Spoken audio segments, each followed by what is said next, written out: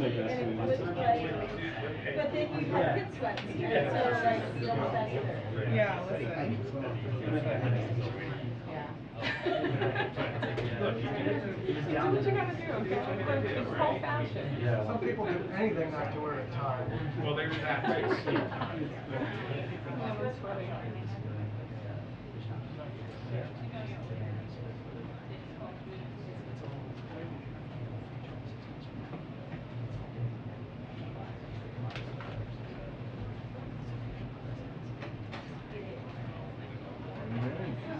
Yeah.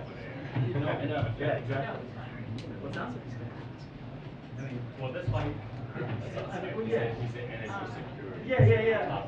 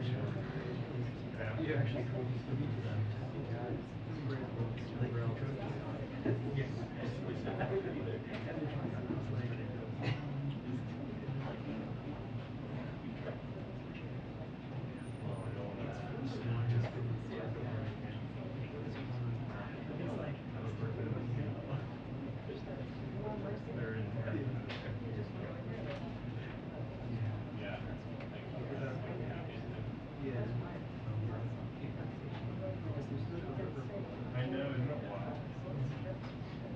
It's like apparently like a long time. Right.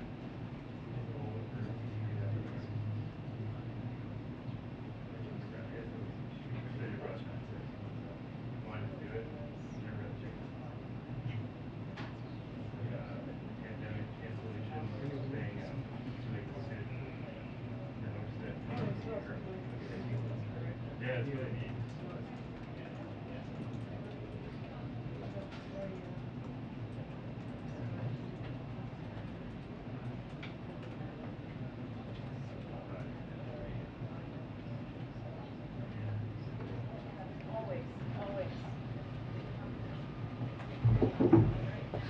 Good afternoon, everybody. I'm sorry it took me a couple less than a 2-minute warning, more like a 5-minute warning.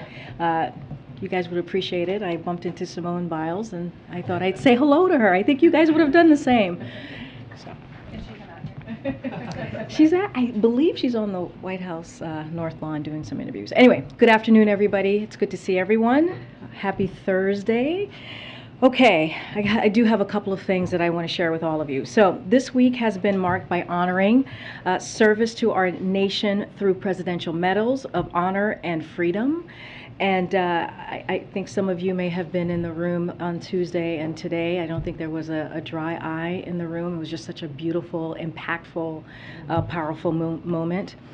But on Tuesday, just to recap just a little bit, on Tuesday, the president bestowed our nation's highest military honor to 4 Vietnam veterans, recognition that was very, very long overdue.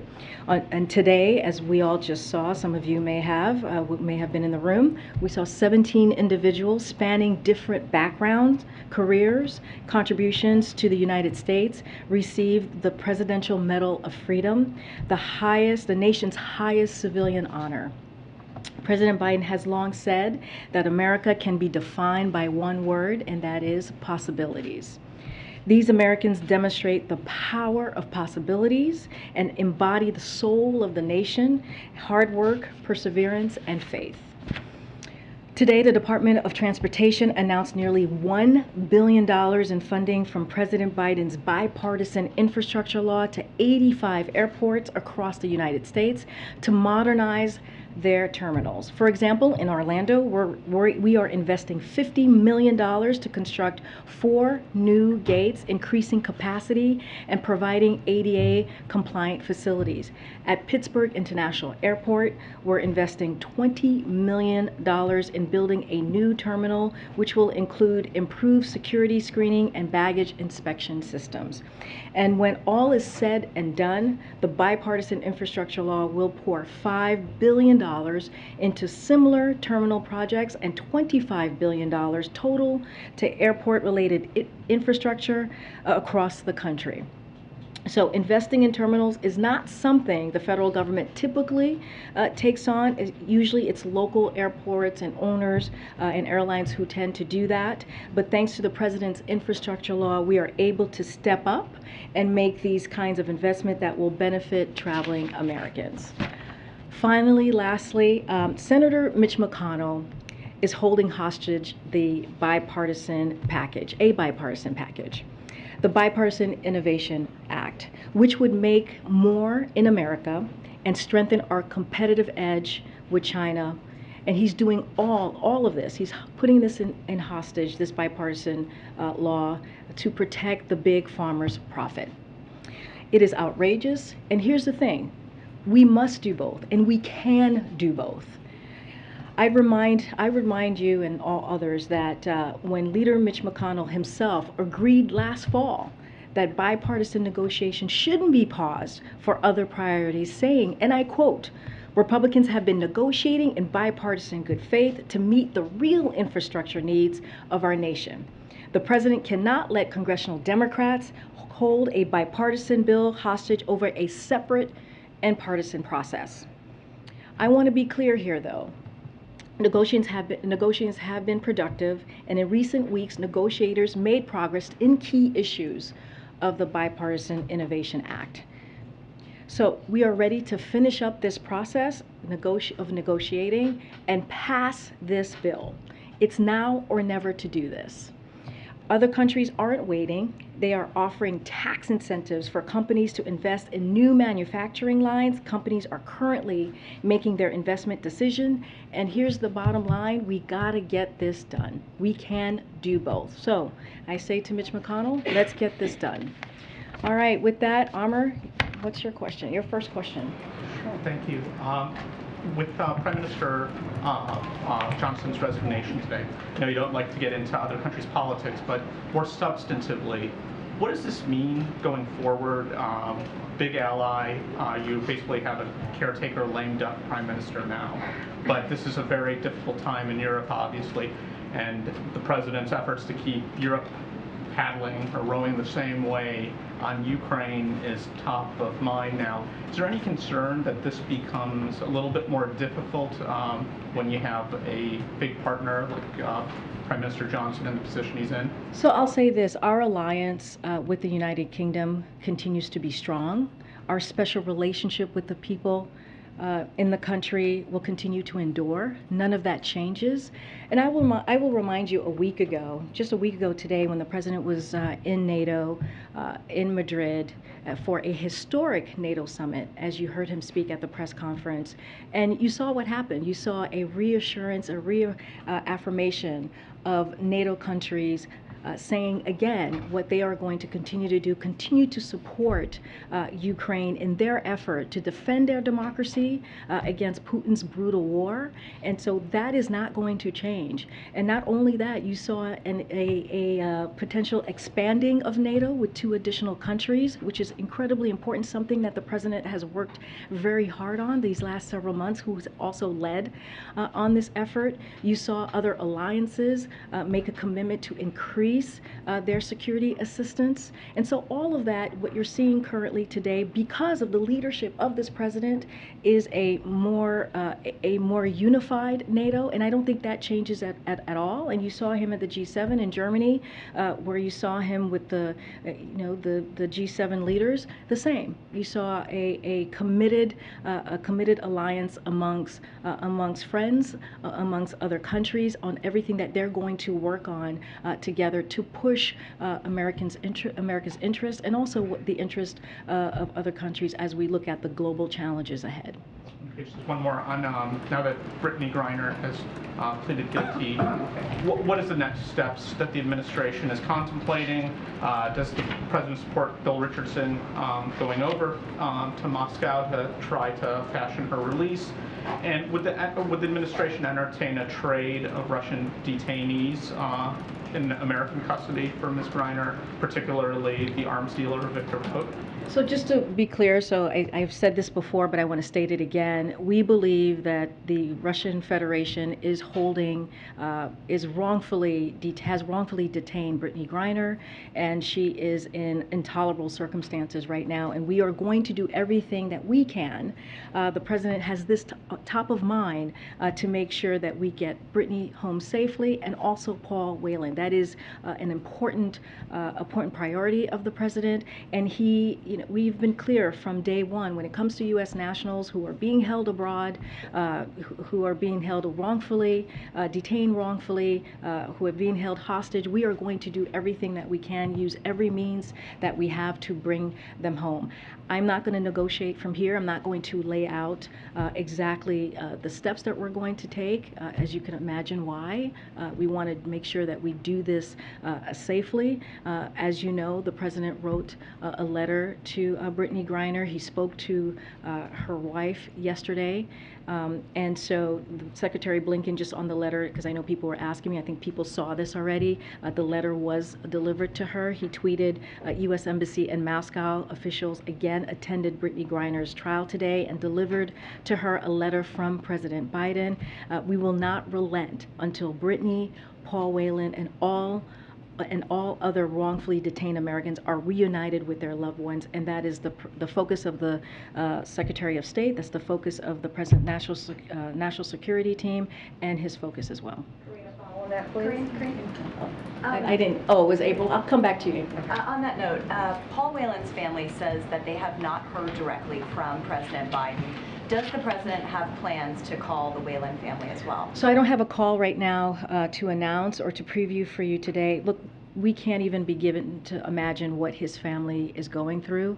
I know these are devastating times for them, and they have been working very hard to get their brother home. I'm talking about Elizabeth Whelan and her brother and his brother David Whelan. I'll list out a couple of things that we have done as far as communicating with the family, which I think is very important to share. So yesterday, White House staff joined the Special Presidential Envoy for Hostage Affairs on a call with Elizabeth Whelan, and Secretary Blinken and National Security Advisor Sullivan have also called her to offer support and reaffirm reaffirm the president's commitment to bringing Paul home. The SPIHA office has a bi-weekly phone call with Elizabeth Whelan to provide updates and pass information on progress in securing Paul's release and to secure he is well supported while he remains in prison. Department of State representatives in D.C. and at Embassy Moscow have regular phone calls with Paul Whelan. Consular officials last visited him on June 17th, so just a few weeks ago, and they hold regular calls with the Whelan family on the case to address any concerns that the family or Paul have raised regarding his treatment. Again, this is a situation. These cases, the president is getting regularly updated. This is a top of mind. I don't have a call to preview for you, but we have been in regular contact with his family. And then just quickly, Griner's guilty plea, what kind of impact does this have on the negotiations to try to bring her home? It will have no impact on any of the negotiations. The president, the national security team, the State Department, the special envoy that I just spoke about, we're going to do everything that we can to bring home Brittany Griner safely and to also make sure that we bring Paul Whelan back home as well. Yeah. Thanks, Karine. Can you share any more about what the president conveyed in his letter to Brittany Griner? So the president, as you know, was deeply moved. As you can imagine, I know some of you read her letter as well, was deeply moved by her handwritten note. He wanted her to know and to reassure her that he is doing everything that he can to bring her home. In her letter, she talked about what July 4th means for her this year and what freedom means for her this year. And that is touching. And so again, he is going to do everything that he can to make sure she gets home safely. This is top of mind, and he had a very, I would say, a very deep, and he sees it as an important conversation with her wife as well yesterday. And then just to follow up on some of the reaction from Paul Whelan's family, some of the members of his family are asking sort of what does it take for their family to get a call with the president. We saw Trevor Reed's family protest outside the White House. They had a meeting with the president. We saw the family of Brittany Griner criticize the Biden administration, saying that they may not be doing enough when it comes to her case, and then get a phone call with the president. How can this administration assure the Whelan family that their pleas are being heard and taken seriously? So look, I just laid out all of the things, all of the conversations that we have been having with the Whelan family. Look, again, I cannot imagine what they're going through right now. We understand this is a very tough moment in time, and it has been, especially for him, for these past several years. But we want to assure them, the Whelans, and the Griner family, and all other U.S. nationals, families who are U.S. nationals who are being detained, wrongfully detained or held hostage abroad, that this president is doing everything that he can to make sure that they come home safely. We're going to use every means that we have. Clearly, we cannot negotiate in public. That is not something that we're going to do, but we are committed to making sure they all get home safely. Thank you.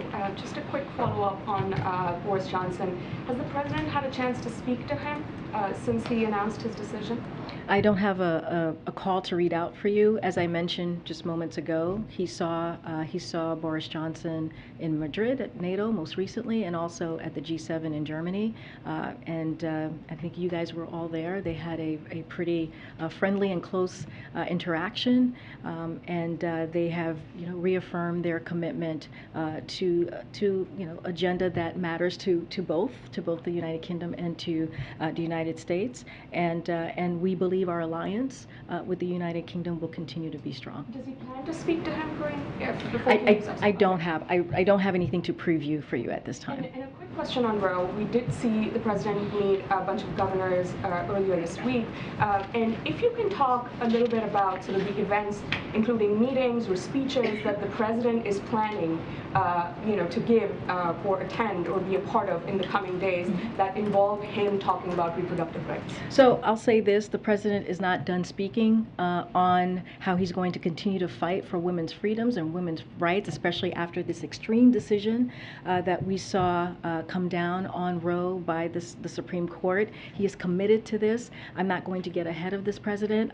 I could assure you, you will hear more from him. I'm just not going to give a timeline from here. But look, here's the thing. The president has been very clear. He's going to do everything that he can, that he has the legal authority to do from here from the executive side. But we believe, and he believes, that the way that Roe goes into law or gets codified is if Congress acts, right? We have to make sure that we get Congress to act. He's going to continue to call on that to make sure that that happens. You know, this is such a critical time as we see Republicans trying to take away those rights, as we see Republicans talking about a national ban. This is what's happening on the other side. And so we have to continue to use our political capital, if you will, to fight as hard as we can and to make sure we do the work that we need to have pro-choice congressional members in Congress. So on that point, Karine, we understand the White House was working on an executive order. Is that still happening? Is the White House continuing to work on an executive order, or has the White House dropped that plan? Look, I'll say this. The president is going to do everything in his legal authority to continue to fight for freedom and for rights, women's rights in particular, as we're speaking about Roe. And I don't want to get ahead of him, but I assure you, you will hear from him in a short order. In a short order. He will speak to this himself. I'm not going to get ahead of the president. Okay. Thanks, Karine. To what extent has Brittany Griner's public profile and kind of the posture and push around her shifted the administration's strategy as it pertains to her case specifically? I will say this, Phil. We've been working on this for months. We've been working with her and having conversations with her family and the people who love her for some time.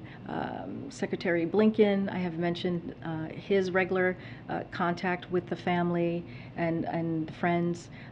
National Security Advisor Sullivan most recently spoke to the family twice in the past, I would say, 10 days. This has been a top of mind for the national security team, for the State Department, and again, not just Brittany Griner, which is top of mind for him. Clearly, he just wrote her a letter and spoke to his wife yesterday, but for all U.S. nationals that are being held abroad, detained, wrongfully detained and held hostage. This is something that this administration has been working on since last year to make sure that we do everything that we can to bring folks home. On a different topic, oil prices have dropped pretty significantly. At the pump have started to fall as well. Do you believe that the drop is durable? Do you believe that this is sustainable, that we've turned a corner, or should Americans expect that it might pop back up again? So what we believe is the lower gas prices that we're seeing, the prices starting to come down is a good thing, right? It's a cool down, if you will. But we believe that more work still remains and that we need to do more work. The president believes that. Part of that is retailers need to pass on their lower costs to consumers. Wholesale gas prices are down by $1 per gallon. You've heard me talk about this over the past month, but retail gas prices have only come down by about 20 cents over the same period. So more work needs to be done. You know, I've heard this phrase, we can't sit on our laurels, if you will. We got to continue to do the work. And one of the things that the president will continue to call on is this gas holiday tax, this 90-day suspension on the federal gas tax, which we think is an easy thing to do. There are pieces of legislation right now in the House, in Congress, that can be easily picked up and passed. And so that's what the president is calling for Congress to do. We think it will have an important effect on American families and give them that little bit of breathing room that you hear the president talk about. One more quick one. There seems to be a view on Capitol Hill that August is the deadline for the reconciliation package. Does the president view the month of July as the be-all, end-all as it pertains to that? Well, look, I'm not going to go into negotiations or negotiate from public, as you hear us say often. What I will say is that independent economists have shown that this would fight inflation, as we're talking about high gas prices, as we're talking about inflation for the long haul, and protect Americans' finances in the short term. So we think this is something that is going to help Americans, American families, and we're going to continue to have the negotiations, and we're going to continue to have the conversations to make sure we deliver for the American public. From here. I'm not going to negotiate from here. I'm not going to give a deadline from here. Go ahead, Michael. If I could ask about two administration officials. First of all, given the revelations that my colleagues wrote about regarding the actions of the IRS over the last several years, does the president retain the confidence? Does the IRS commissioner have the president's confidence? So I'll say this: we don't comment on enforcement actions taken by the IRS. So just the first thing. I know. I just want to, since you gave me the opportunity, Michael, I want to take it. So any questions on that, I would refer you to the IRS. That's for anyone who has any questions on that. As you know, the IRS commissioner, his term is up in November, but I don't have any updates on that. Can't speak to anything more. Besides, we would refer you to the IRS on that specific thing. And he is going to be up in November, so I will leave it there. But between now and November, the president still is confident that he's able to fairly and without bias, do the things that the IRS does objectively. Look, again, I'm going to say that he is up in November. He is a commissioner. He is a commissioner of the IRS, part of the administration. So I'm just going to leave it at that. And then on the director of the Secret Service, who just announced resignation today. Obviously, the Secret Service has been in the news of late, given some of the testimony in front of the January 6th committee as well. Is there any relationship between the director's departure now and the timing of some of those revelations from the committee? Did the White House know about his intention to retire before that testimony last week, I guess? So, Michael, I would say that there's no relations at all. This has been in talks for several months. For his retirement, I believe, since April, so before the January 6th hearing. And as I know, he is headed to the private sector. So it is not connected at all. This has been in talks for some time now. His retirement. Thank you. Actually, I'm going to go. I know April. I said I was going to come to you on. I think Brittany Griner, was that your? Yes. Okay. And something else. Yes. Okay. On Brittany Griner, I talked to Sherelle Griner last night. Okay. And now this morning's decision, and we understand that according to sources close to the case, that it was Brittany's decision, and it was an informed decision that was discussed over several weeks to make this decision to plead guilty. Was the White House ever in any understanding that this was going to be the case this morning? So, I cannot speak about her case in public. I cannot speak about the process of her decision. That is something that she should speak to, which sounds like she has spoken to you about that. But we from associated with the case, but she talked about got it. Understood. But we cannot do that from here. It is a personal matter. It is a legal matter that we cannot speak to from here or the podium. I will say that. I think I was just asked about if this verdict, her verdict, will change anything that we're doing. It will not. We will continue to make this a top priority in making sure that we bring her home safely. That is a commitment that we have made to her, to her family, and also to other U.S. nationals as we're trying to bring them back home. Is the hope that this guilty plea will be viewed favorably by the Russians to help her come home sooner, or her sentencing be less? Again, April, I appreciate the question. I cannot. That was a legal advice, clearly, that Brittany received from her lawyers. I cannot speak to why the decision was made. I cannot speak to the minds of the Russian Federation. That is not for me to do. What I can say is what we're going to do here, and what the president wants to do is making sure that we bring home these U.S. nationals who are wrongfully being held abroad and also held hostage. It is important that we get them home safely. Mrs. Griner says she wants to come for a face-to-face that the president offered. Any dates yet? I don't have anything to preview for you at this time. And two other questions and two other subjects really fast. As you talked about, and as we're still reeling and trying to figure out still what happens after Roe v. Wade in states, etc., after the overturn of Roe v. Wade, in October, a case is supposed to be before the Supreme Court on affirmative action when it comes to education admittance on race. And there is a thought that it could be overturned with the way this court has been overturning long-standing action cases. What is the White House's thought on this, and is there a plan? Are you preparing for this, as many law organizations are preparing amicus briefs, friend of court briefs, in favor of keeping these racial admittance procedures? So, April, the president has been very clear about these extreme decisions that the Supreme Court has been making, not just on Roe, but EPA and others, decisions that have come down most recently. This is another one that you're talking about in October. Look, the president has been also clear is that we have to take action. Americans have to make sure that they take their voices to the ballot box. That is the way that we are going to be able to fight back in a way that's effective, in a way that's going to make a difference. We have Republicans who are doing extremes. The president calls them ultra MAGA. They are part of the ultra MAGA wing, who are trying to take away the rights of the American people. That's what they're trying to do. And so we have to do everything that we can. American public has to do everything that they can to make sure that their voices are heard at the ballot box, and that's what the president's going to continue to speak to, and that's what the president is asking for people to do. And last question on the Secret Service director.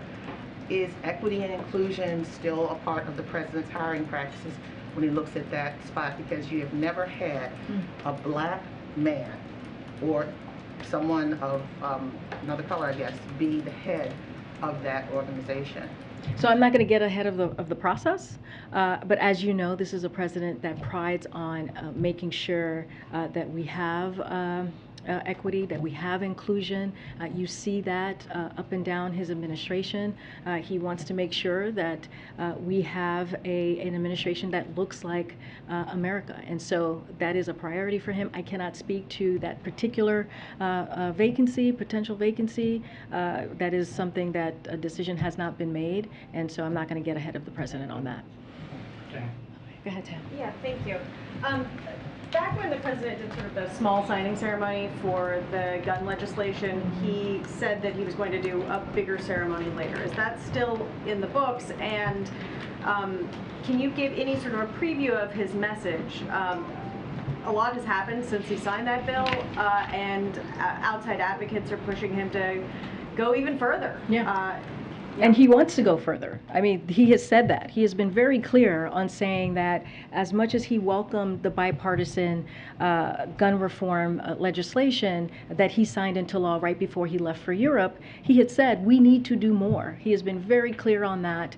You got to remember, this is a president that led on the effort of making sure on banning assault weapons back in 1994, which sunset 10 years later. It was a priority for him then, and it continues to be a priority for him now. If you think about what we have seen over the last several weeks, you think about Buffalo, you think about Uvalde, you think about Highland Park, you think about the same story that they have over and over again, which is a weapon of war being unleashed on in our communities, and how and it's not just those communities. You think about Parkland, you think about Orlando, Las Vegas, Sandy Hook. It's assault rifles, and so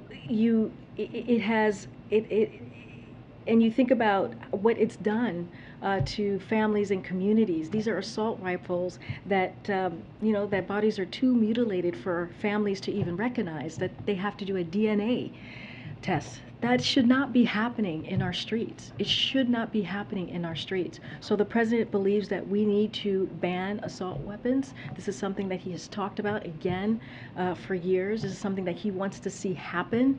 And so that's what he's going to continue to call on. On your first question, on if we're going to have an event, yes, we will have an event. You will hear from us soon on when that will be. But yes, that is going to happen at some point, yeah. And yesterday, he, in his remarks in Ohio, it sounded like a midterm message, just a little bit. It was fun. It was fun. It was great. It was great to see. Are we going to see more of that? What is your sense of how much travel will be ramping up for the president? I don't. Yeah, we don't have anything to preview at this time. But look, this is something that the president. You heard him say this himself. He wants to get out there. He, you see him out there with the American people, and it is a lively time. It is definitely an exciting time to see him, and they get excited, and he's able to push his message or talk about his message, his platform directly to the American people. And if you think about yesterday, it was about pensions, about union pensions, about what the work that the American Rescue Plan has done to make sure that we protect those pensions. And so that is such an important message for the American people to hear, and not just in Ohio, in many other in many other states across the country is going to be affected by the American Rescue Plan as well when it relates to union pensions and other items as well. Good. Thanks, Karine. Since you started the briefing talking about McConnell holding the Bipartisan Innovation Act hostage, has the president reached out directly to any Senate Republicans to convince them and make the case for why they should support this bill? So I don't have any, we don't have any calls to read out. As you know, his Office of Leg Affairs is in constant communication, and not just his Office of Leg Affairs. You have other departments, offices in the White House that are constantly talking to congressional leaders and staff on issues on these types of legislations that we believe are important to the American public. I just don't have anything to read out. I figured you would say that, but what is the path forward if you know that there's Republicans that support this bill, but you need to get 10 of them to go ahead with you over the objections of McConnell? So what are you doing, and are you confident that there are actually 10 who would do that? So look, we have seen, and I said at the top, we have seen progress. We wanted to make that clear, even though you heard me call out Mitch McConnell.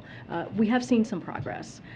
What I was calling out is the hypocrisy that we have seen from Leader McConnell on this, and so the president and bipartisan members of Congress, who share the same goal, and we understand that it is to reach a final agreement that meets our economic and national security objectives, and we want to do this by this summer.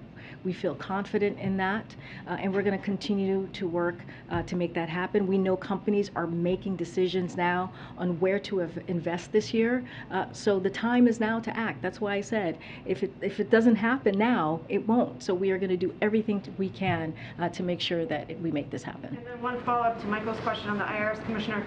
You noted that his term is up in November. Are you insinuating that you won't renominate him, and if so, why not? I'm just not going to. I'm not going to get ahead of the president. That is a decision for the president to make, and I'm not going to get ahead of that decision. Go ahead, Peter. Thanks, Karine. Why do you think it is that 88% of people in this country polled by Monmouth think the country is on the wrong track? So I'll say this: the president understands what the American people are going through.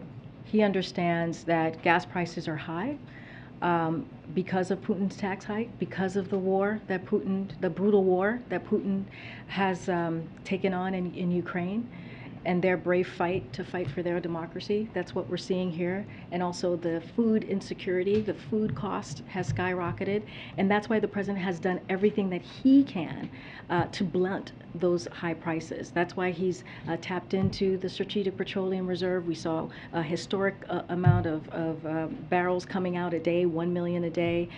That's why he is doing the homegrown biofuels, the ethanol 15, making that available this summer, which is not normally available this summer, so that we can try and bring down those costs.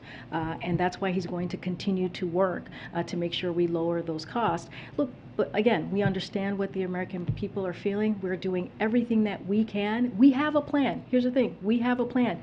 Republicans do not have a plan. What they want to do is take away rights from the American people. But do you think it's possible that your plan just is not popular with the American people right now? I don't think it's that our plan is not popular with the American people. We know that the American people are feeling the high cost. We understand what they are feeling. Because when you look at inflation, when we look at where we are economically, and we are in a strong, we are stronger economically than we have been in history. When you look at the unemployment numbers at 3.6%, when you look at the jobs numbers, more than 8.7 million of new jobs created, that is important. But we understand that gas prices are high, and we understand that food costs are high, and that is because of a once in a generation pandemic and also Putin's war, and that's just the facts. So if you think that your plan is popular with the American people, is it just that the plans are not being communicated properly, and is that why the communications director is leaving? Oh, that's where you were going with this question. No, that's very slick there of you, Peter. Well, why is she really leaving? I mean, well, she said why she is leaving. Look, let me just say something. Wait, no. You're asking me. That at a time that a historic number of people think the country's on the wrong track, somebody who's been a part of Biden world for as long as just about anybody here says that she is leaving. Well, first let me just say, I explained that we understand what the American public is feeling. The president is doing everything in his power to lower costs, to blunt gas prices, as he has been doing, and we have done that. So I just want to speak about Kate for a second, because I think this is really important. I've known Kate since 2007. She is a friend and she is a colleague. She is exceptionally talented, and she will be greatly missed. Her smart skills and hard work helped get the president elected, and has helped us accomplish so much since we've been here. And like I said, on a personal note, she's a good friend and a colleague, and we're going to miss her. Now, you're asking me, basically you're asking me, her leaving, and what does that mean, right, to the administration? Look, I don't think her leaving will have effect on what we're trying to do, because look, she leaves behind a talented team in communications department, and the president will name a new communications director. There's nothing new here. These things happen, and I do want to call out a data by Brookings showing that turnover in this administration is below the historical average going back to Reagan. So what we're seeing here is not unusual. What we're seeing here is normal, and what we're going to continue to do is we're going to communicate with the American people in a truthful way, and we're going to do that every day. Okay, and just a different topic. The largest labor union in the country, the National Education Association, had been proposing a resolution for future contracts to replace the word mother with birthing parent. What does the president think about proposals like that one? So we're not the NEA, and I would refer you to their team about that particular. The vice president just spoke at that conference, though. The first lady's a teacher. The president says he's the she's most a member pro-labor president ever. Does absolutely. he support proposals like that one? Does he think that is an important priority for? And the First Lady is a proud member of the NEA. I am not going to speak about an organization's policy or change of policy. I am not their spokesperson, not something that I'm going to do. Yes, the Vice President was there on Tuesday. She spoke at NEA, and when they did regular order, when they did their regular business, she left. So she was also not part of that discussion. Look, this is a policy change. That is not something that I can speak to. I refer you to NEA. Go ahead. Thank you. So I have a question on the federal district judge appointment in Kentucky. So earlier today, Governor Andy Beshear said that it's been plenty of time for the administration to tell his office whether the White House is rescinding the appointment of Chad Meredith. I guess what's your reaction to that, and why haven't you rescinded that appointment yet? I believe your colleague asked me this question last week, or gosh, not even last week, a couple of days ago. Every day feels like long days. But look, and I said this on Tuesday, and I'll say this to you, which is like we do not comment on vacancies. This is a vacancy. It's not something that we're going to comment on. We don't comment on executive branch or judicial vacancy. We have not made a nomination yet, and so one of the things that we are very proud of, which you hear us talk about, is that we have more federal judges.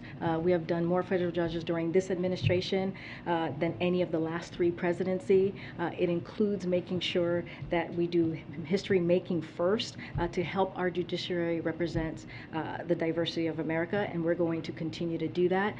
I'm not going to speak to an open vacancy. Go ahead. Great, thanks, Karine. The Veterans Affairs currently doesn't offer any abortion services in any exceptions, but VA Secretary McDonough has told Congress, he told them in April, that the VA has statutory authority to provide abortion services, that the law permits it. So does the President agree with the VA Secretary that the department can take this action? So the administration and the VA are committed to providing health care to veterans, and the VA continues to offer reproductive health care services to their veterans as well. As you note, current regulation doesn't allow for the VA to provide abortions. We're going to continue to review, we're going to continue to explore every possible option to protect women's rights and access to reproductive health. So again, we're going to continue to review. I don't have anything at this time. Based on regulation, though, I mean, is the President considering at all any kind of executive action to direct the VA, given that it's regulation? So I don't have anything specifically on the VA. We have talked about the President reviewing executive actions. I'm not going to get ahead of what those actions are going to be. But like I said, we're going to continue to review and look at our options here.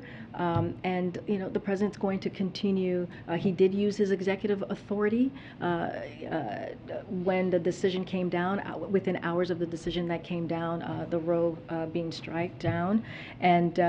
And so those authorities, we believed, were impactful for the moment when you're talking about providing safe medication, FDA-approved medication, so women can make decisions on their health care.